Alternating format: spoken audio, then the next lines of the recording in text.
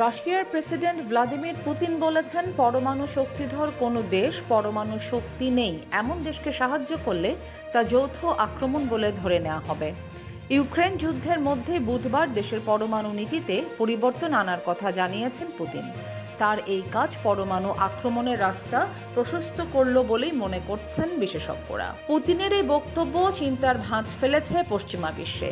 Ukraine সাহায্যকারী দেশগুলোর কাছে দূরপাল্লার মিসাইল চেয়েছে। তারা রাশিয়ার ভিতরে আক্রমণের কৌশল নিয়েছে। আগস্টে তারা রাশিয়ার সীমান্ত অঞ্চল কুরস্কের একাংশের দখল নিয়েছে। ভ্লাদিমির পুতিনের মুখপাত্র দিমিত্রি পেসকভ বলেন, প্রেসিডেন্টের নতুন সিদ্ধান্তে পশ্চিমাদের আরও সাবধান হওয়া উচিত। ইউক্রেনকে শুধু পরমাণু সহায়তা না, অন্য যে কোনো উপায়ে সমর্থন দেওয়া দেশগুলো আমাদের শত্রু হিসেবে বিবেচিত হবে। রুশ আগ্রাসন ঠেকাতে ইউক্রেনকে ক্রুজ মিসাইল সরবরাহ করেছে ব্রিটেন ও যুক্তরাষ্ট্র, তবে সেগুলো ব্যবহারের অনুমতি এখনও দেওয়া হয়নি কিয়েভকে।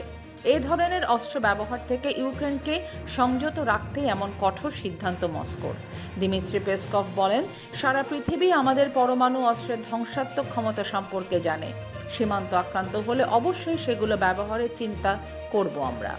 এদিকে রাশিয়ার নতুন সিদ্ধান্তকে বেপরোয়া ও দায়িত্বজ্ঞানহীন আখ্যা দিয়েছে ইউরোপীয় ইউনিয়ন। ইউরোপীয় ইউনিয়নের মুখপাত্র পিটার স্ট্যানো বলেন, পরমাণু শক্তি নিয়ে রাশিয়া শুরু থেকেই জুয়া খেলছে। জাতিসংঘের সাধারণ অধিবেশন নিয়ে যখন সব রাষ্ট্রগুলো ব্যস্ত, তখন এই হুমকি এলো। তবে তার এসব অপচেষ্টা সফল হবে না।